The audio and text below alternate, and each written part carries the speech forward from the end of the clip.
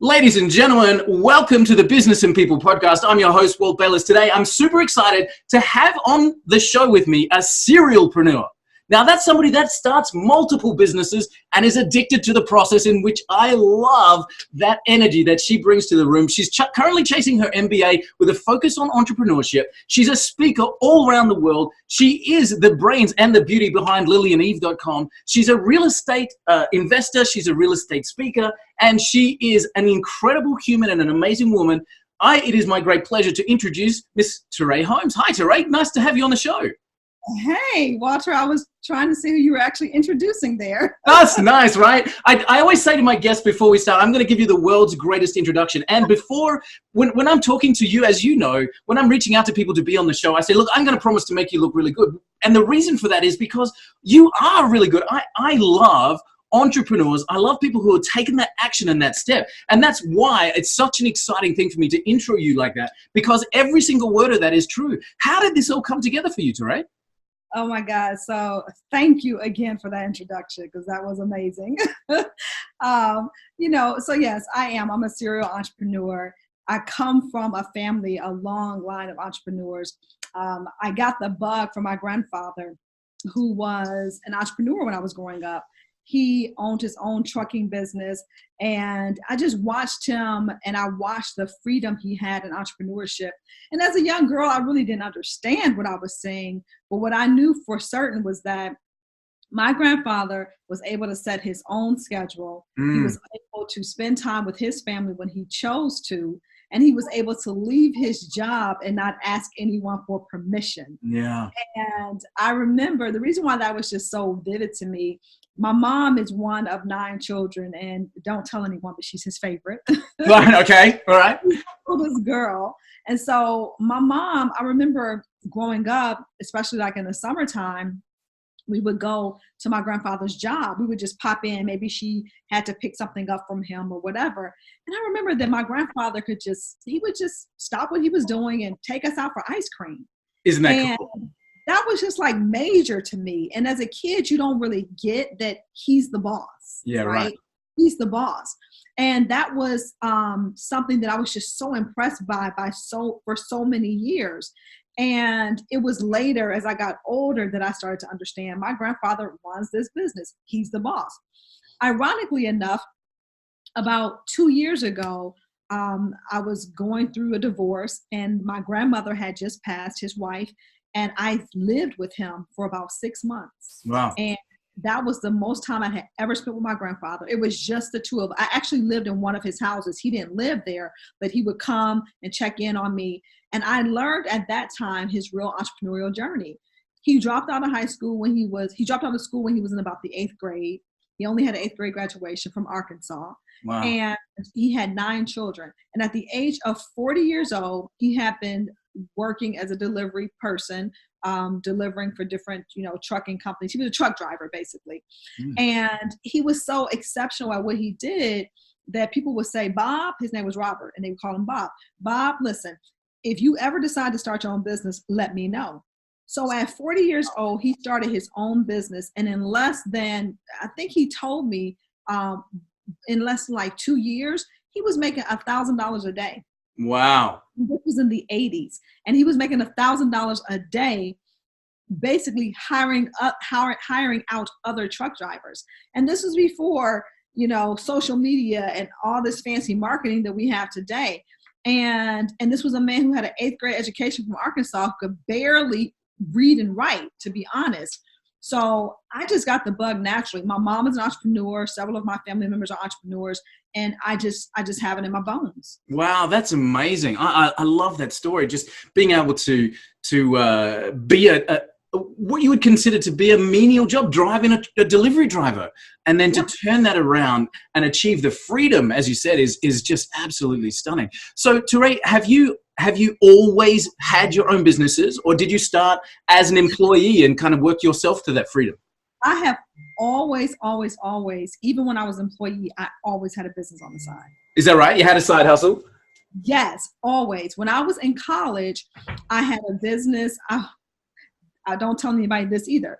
I was selling like knockoff handbags in college. Yeah. I selling knockoff T-shirts that we would get from New York City. I was selling this stuff in college. And at one point, I was selling like candy. My grandmother, would send me candy to sell, and I would make money off of that. Like when I was in high school, actually I went back to high school. When I was in high school, to get my hair done at the time, because Black women are very serious about their hair. I understand. Hair done, I would go to the wholesale candy store. I would buy packs of candy bars and chips and things and suckers, and I would buy a pack of candy bars for $1.50, and I would sell. It would be a pack of 6, and I would sell each one for $1. So that was $4.50 profit. Oh my goodness! About this for real. Wow, that's so impressive.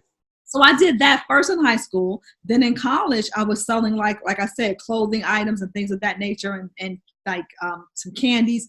And then I started doing a cleaning business. And I quickly realized that I hated cleaning people's houses. So I quit that immediately. Yeah. But I always, when I was teaching full time, I was teaching full time as a 5th, 6th grade teacher, and I was a college professor part time.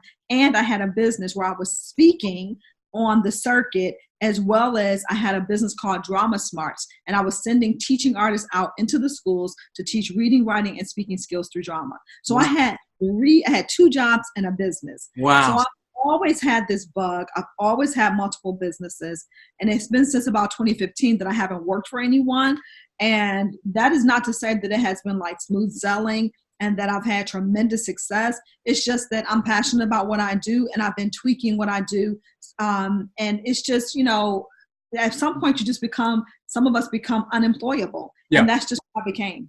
Yeah, I acknowledge that, because I put myself in that same bracket as unemployable. We've had our own business. I haven't worked for anyone else for, just over a decade, I think. And, we've had amazing months, and we've had terrifying months, and big mistakes that have nearly sent us under. But never once have I ever thought, oh, I need to go back and get a job. I could never do that. So the phrase unemployable, I relate to that completely. So during this time, you're working 2 jobs, and both of those jobs are demanding.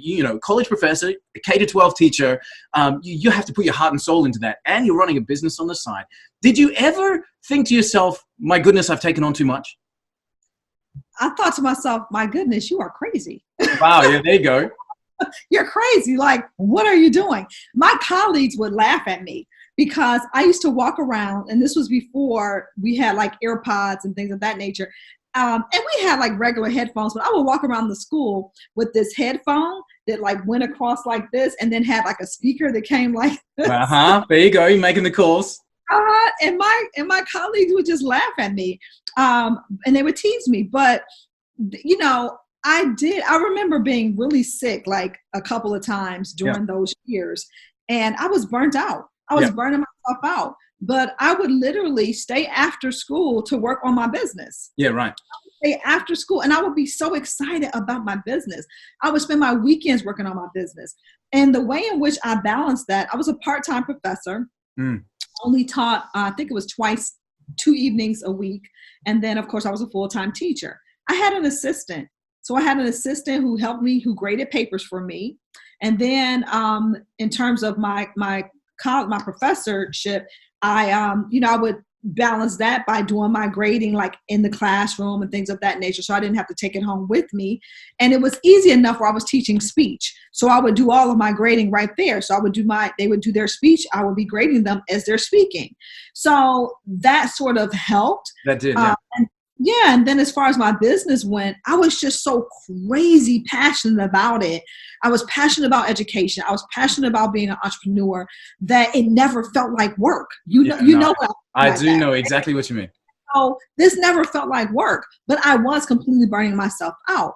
And the reason being is because I was making pennies teaching, and I needed this other income. Yeah. It's not so much that I just wanted it, I needed it. Yeah, sure. And, so I just came to a point where I really didn't have an option but to do that.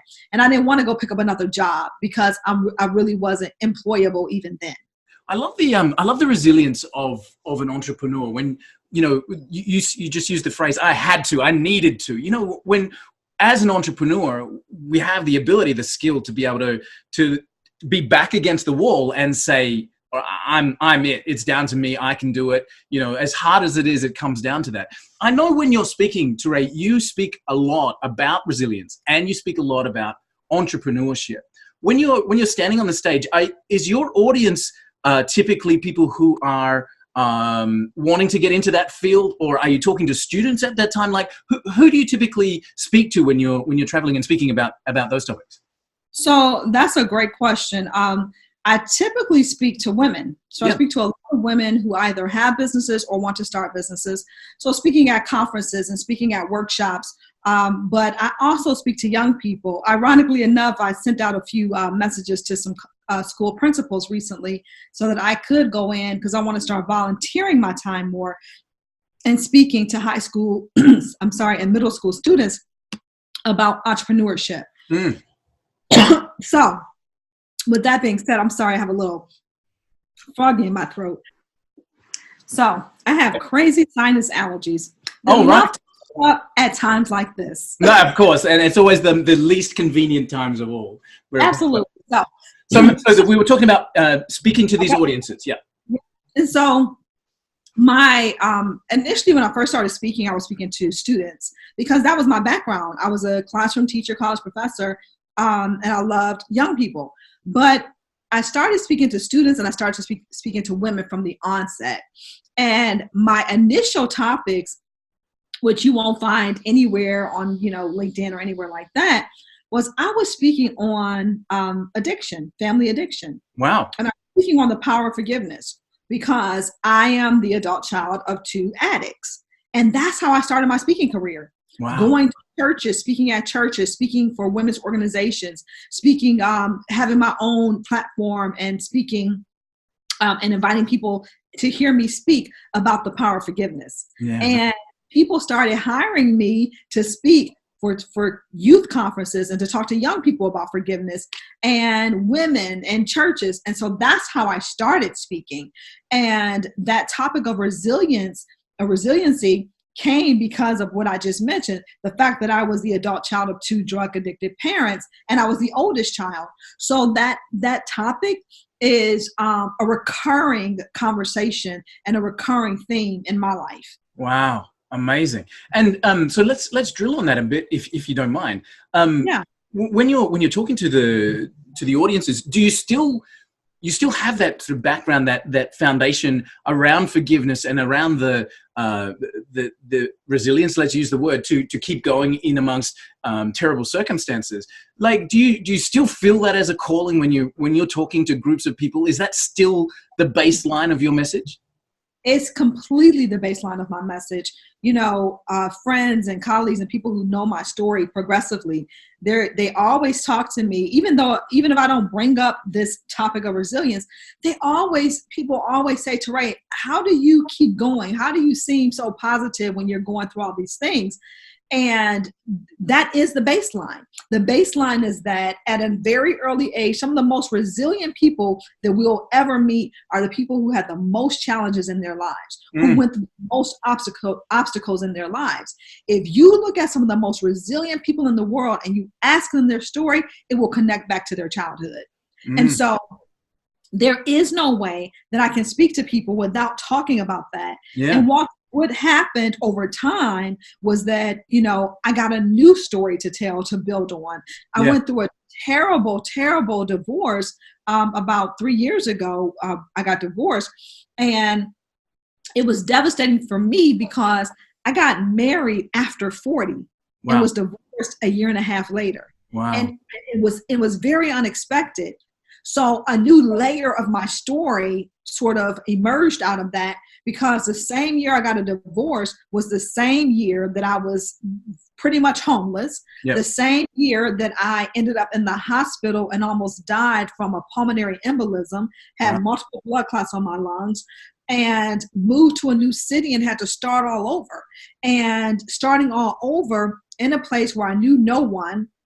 In fact, when I came to visit Maryland, I was just visiting. I was trying to see if I wanted to live here.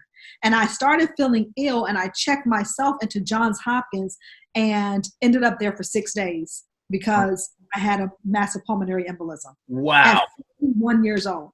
And I was completely just I think I was 42, something like I was 42. And I was completely like devastated because I could not believe that was a diagnosis. Wow.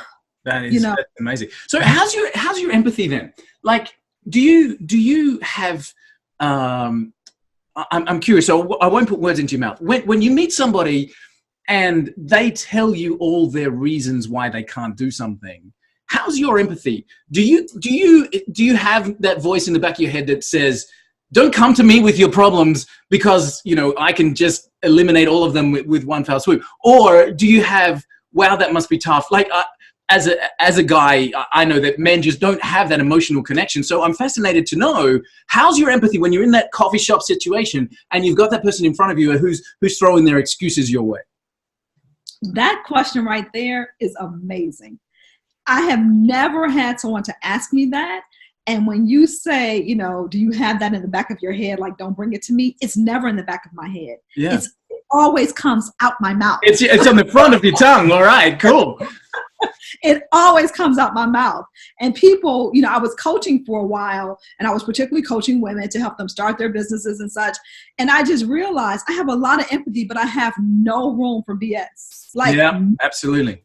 Not just BS, just excuses. Yep. And even when I have had my own excuses, I have friends who are in my circle who their job is to tell me to stop with the excuses. Stop. Yes. So I'm really sort of a no nonsense type of person. I will give you so much empathy and love and understanding, but I will not let you wallow in excuses. I love it.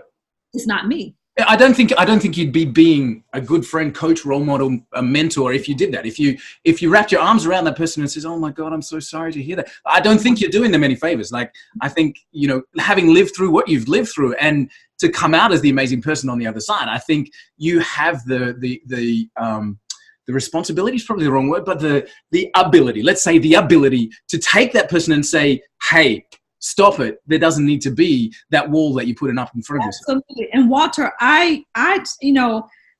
it is a responsibility.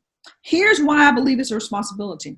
It's because I tell people all the time, I tell people I've coached, I tell people when I speak that everything that happens in our lives is a gift. And that means every single thing that happens in your life is a gift. The good, the bad, the ugly. Yeah. And it may not be a gift for you. It's a gift for someone else. So you have to give it away. Nice. You have to give away your testimony. You have to give away your story.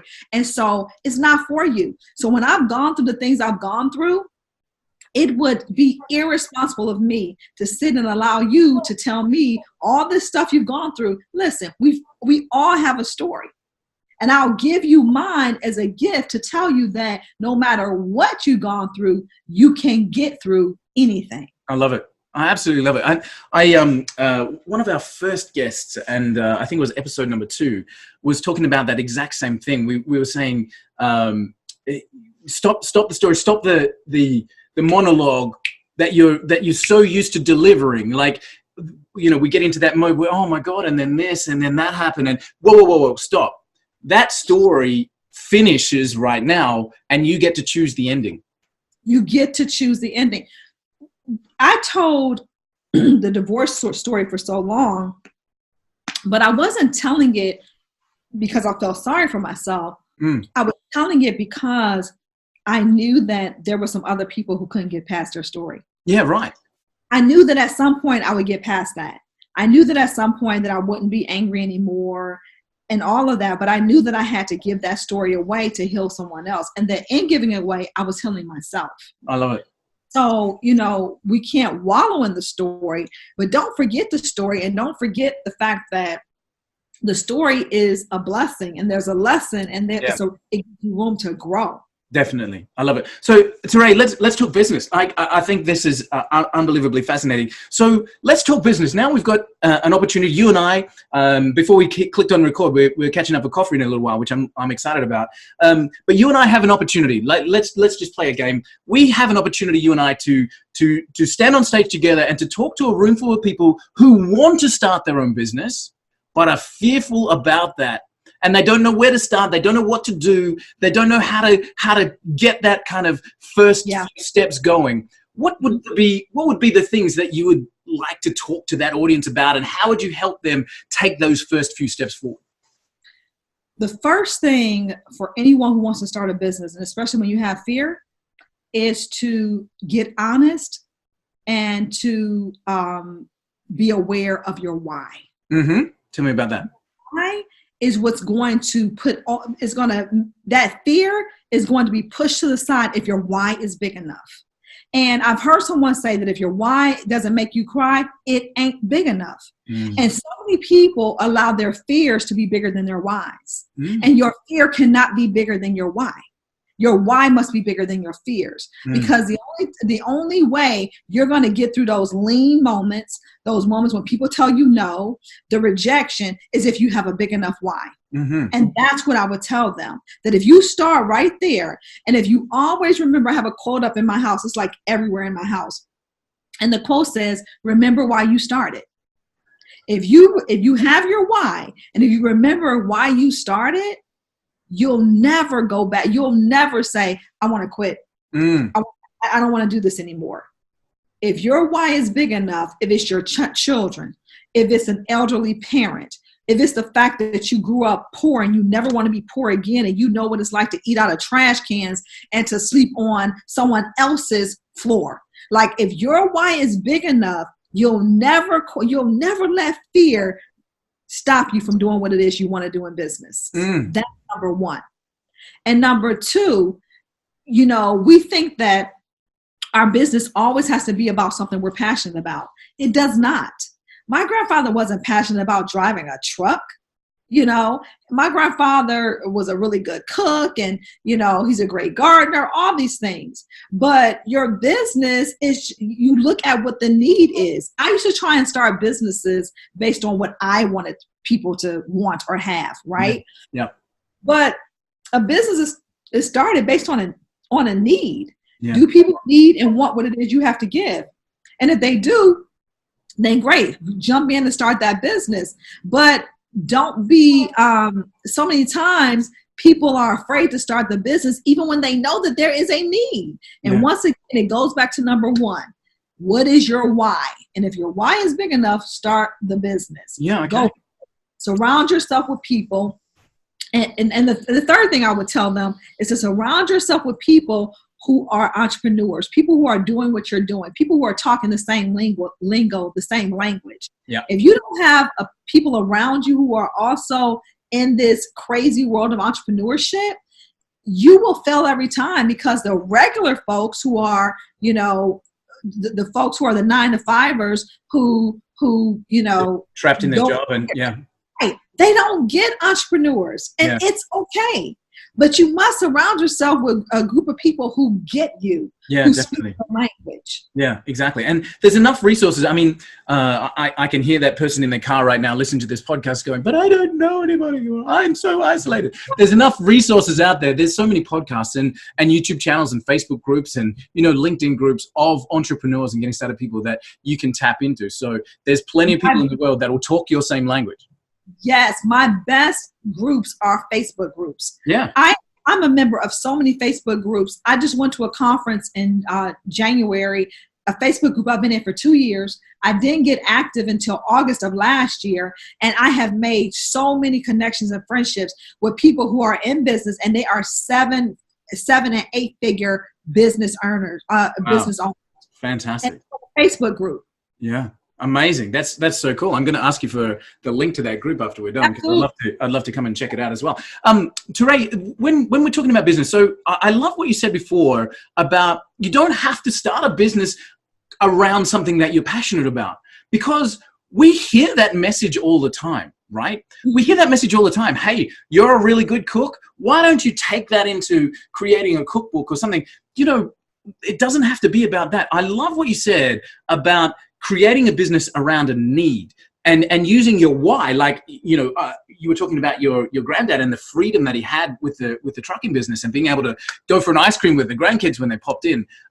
That is so amazingly cool that it doesn't matter about how it happens. You know, the how is driving the trucks and coordinating all the drivers and doing all that sort of stuff. But the why is so that I can have an ice cream with the grandkids when they come into, you know, Yes. and to pop in. So like when we talk about that, and a lot of advice out there to people who want to start businesses is around that passion path. And I think it's so much more valuable to put a profit path in front of the passion so that you can use it as a means to an ends, right?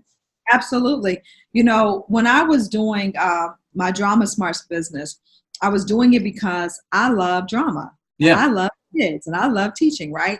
And so initially I was the only teaching artist. So I would send myself out and hire myself out. And then I said, well, I can make more money if I hire out other teachers. Yeah, right. So I started interviewing and auditioning other teaching artists. So I started sending them into the schools. Well, guess what happened? Once I sent them into the schools, now I was no longer able to be a teaching artist myself because I was managing people. There you go. And in managing them, it drove me crazy because now I was running a business where I didn't really get to do what I loved doing, which was teaching kids and doing theater. But the problem with that was that I could only send myself out so many times. That's it. I had to multiply myself. But in multiplying myself, that meant that I had to now manage people. Yeah. So everything that you think you want to do is not always very profitable as a solopreneur, sort of passion-based business. And you have to be certain that you want to, one, manage people or run a business. And that's what I learned from doing Drama Smarts, that I didn't really manage people like that. And my new business venture and my new passion, because it's a passion, my new business is, but it also is a business wherein I don't have to do the things I don't want to do. I wanted time and money freedom, and the new business gave me both. Fantastic, I love it, and we'll get to that in just a second. What's your proudest achievement so far, Terré? Like, if you look back on the journey that you've been through, what's the thing that you hang your hat on and say, wow, that was an incredible achievement? You're sort of, you can't really see it, but it's like, I can see the seal at the bottom there. Tell me about that. Is that that's your honorary doctorate, right? It is. Wow. It's my honorary doctorate degree. Yeah. Wow. And, hang on a second. The adult child of two drug-addicted parents has an honorary PhD on her wall. How is that? That's amazing. You know, so in 2014, I was hired to be the commencement speaker at Indiana Tech University. And about that Thursday... Are you going to cry, Terré? Are you going to cry? Okay. Sinus allergies. People always think I'm going to cry. My eyes are horrible. They make me look like a crier. No. I was just thinking, this is such an emotional thing. I can feel you. You're doing the introductory speech. I can feel it happening right now. I'm so excited for it. It's just such an exciting moment, you know, for me. And so I was hired to speak at the university on a Saturday. On that Thursday, the president's assistant calls me up and she's like, listen, Terré, I have to tell you this because I don't want you to be caught off guard. But the board of trustees has decided to give you an honorary doctorate degree. Wow. I was like, what? Wow.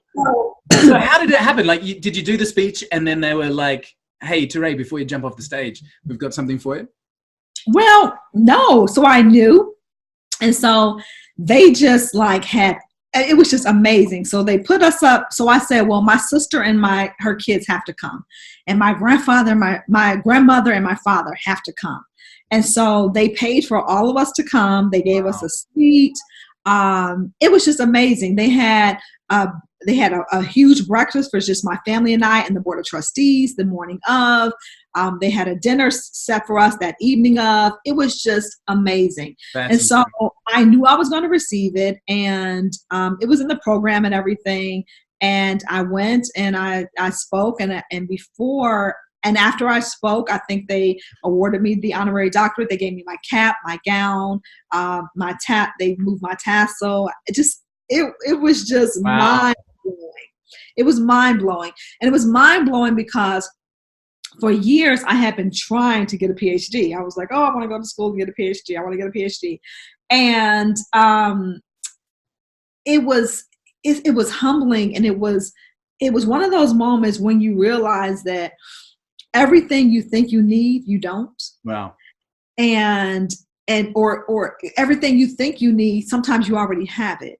So I had everything in me, all of the experiences, because, it says that whereas you've been an actress and you've been an educator and you've been an arts administrator and you've been an author and a speaker, whereas, this is why we're giving you this honorary doctorate. And so it was for my list of things I had accomplished over my lifespan, that I had never really given myself a lot of credit for, and the world really doesn't. The world doesn't really, look at our lives in its totality and say, wow, you really have done, unless you're in corporate America. But when you've been working like me as an artist, a teaching artist, as an entrepreneur, as an author, speaker, and you have a hodgepodge of accomplishments that you've, achieved, it's not always that people look at you and say, wow, these are great achievements. Let's give you this. Wow. And it was just, that's fantastic. That is so cool, Terré. It's like, the formal recognition and a dream to achieve, but you already had what you needed. And there was just an acknowledgement of that. I absolutely love it. So that is an incredible achievement. And as we then move, you were saying that it's been 4 or 5 years since you've been working for yourself and not reliant on anybody else. So you've been self-creating, which is cool. I'm sure along that way you've had some highs and lows as well. You would have the achievements and the lows. What's been your biggest whoops, that was a mistake moment, and what did you learn from that along the way? My biggest whoops, that was a mistake moment, is just even quite recently. It was last year where I had terreholmes.com, which was my speaking and coaching business. And I was doing the coaching and the speaking because, particularly the coaching, because someone said, well, people are always coming to you for business advice. You should just become a coach. And in being in that space, it was such an overcrowded space. It is. And it's not only just an overcrowded space. Sometimes you have to be more committed to the outcome for people than they are for themselves. Mm-hmm. And I was in that, and I was struggling. I was struggling to make money. I was struggling to, I was getting clients, but you're always sort of repeating, always trying to figure it out, and trying to, every single month you're starting over with these clients, trying to find new clients and new products and new services. And it wasn't feeling right in my gut. And I was also, at the same time, I had my real estate license. I had just gotten them. And I had always told myself that as a real estate agent, once I got my license, I was only going to be an investor. Well, I was trying to do the traditional real estate, sort of helping buyers and helping sellers. And I hated it. Why? Because I went against what I always told myself I wasn't going to do. Yeah. And when I decided to say, this is my year of yes, 2020, my year of yes. When I decided to say yes to my new business, Lily and Eve, I said no to coaching, and I said no to being a real estate agent in that fashion. And when I said yes to Lily and Eve, and I said yes to really pursuing my business as a real estate investor, the game changed. My income changed. Everything changed. And I guess your peace, your inner feeling of completeness would have changed as well.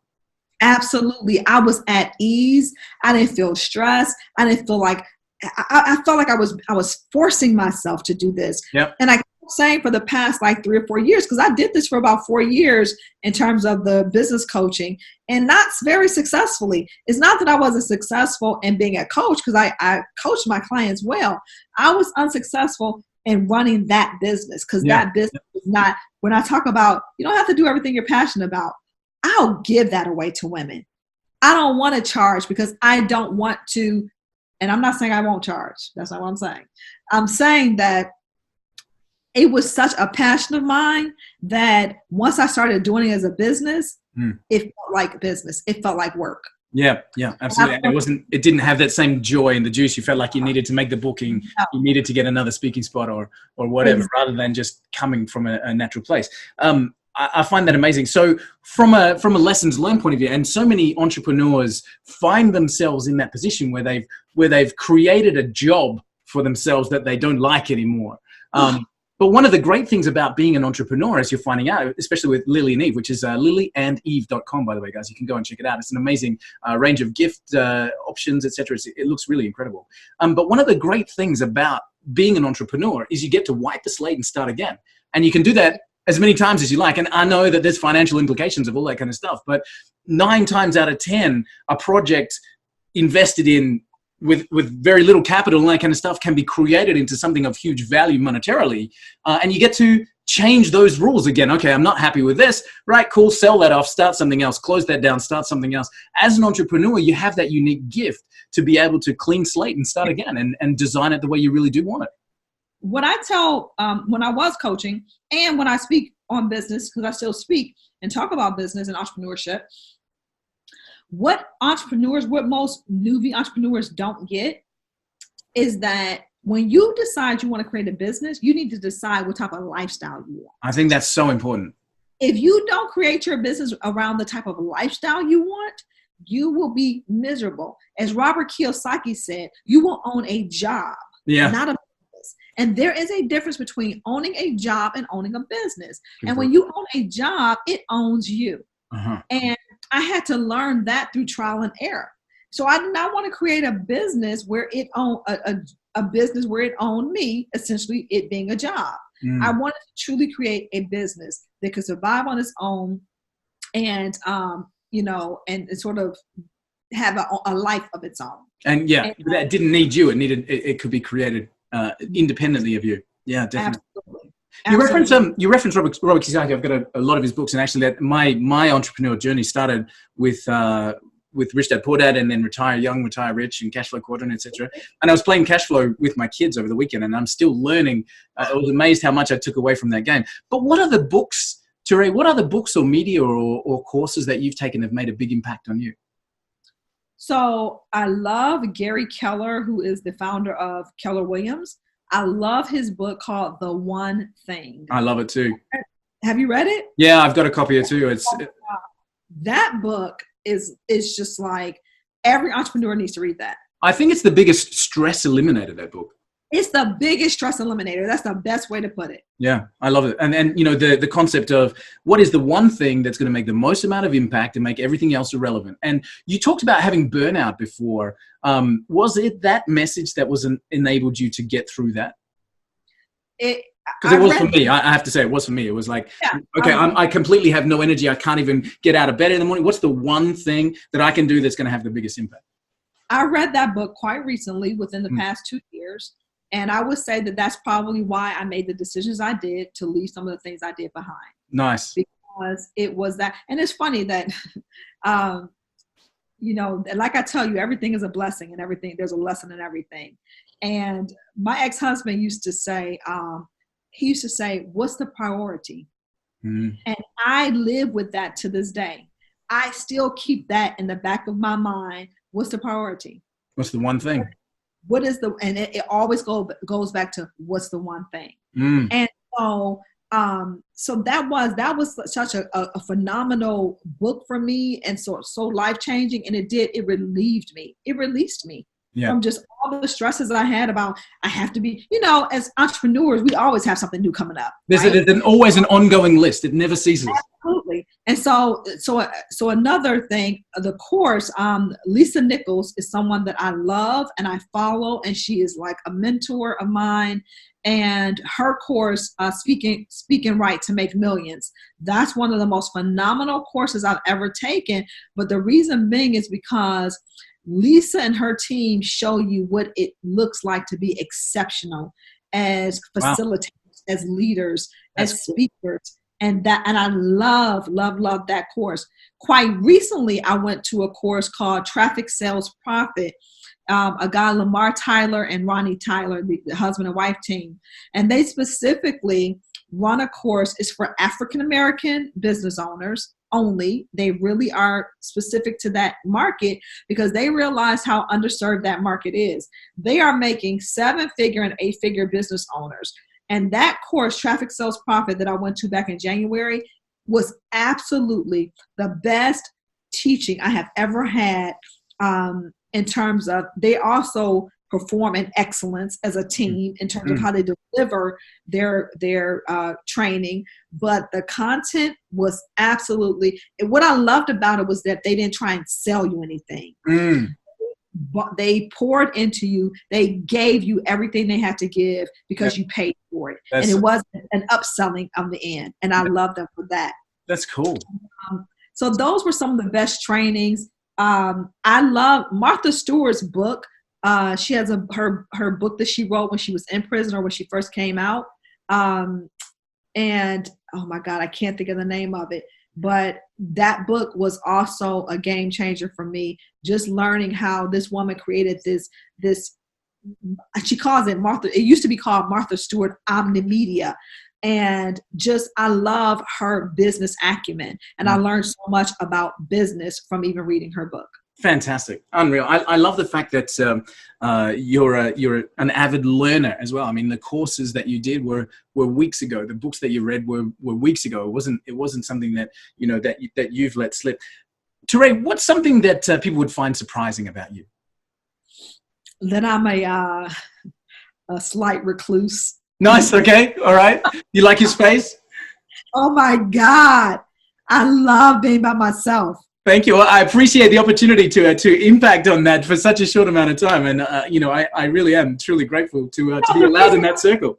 The reason why people would find it strange is because I love people. Yeah.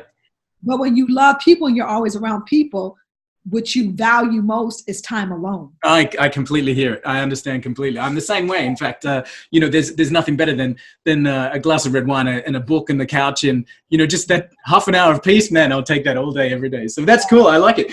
Terré, are you a goal setter? You mentioned before that, striving for that PhD was something that you just had inside you as you really had to, put that value, and now you can see it up on the wall. I know you're heading for your MBA as well. Are you a goal setter? Do you have a regimen of goals and achievements, or are you just, fly by life kind of thing?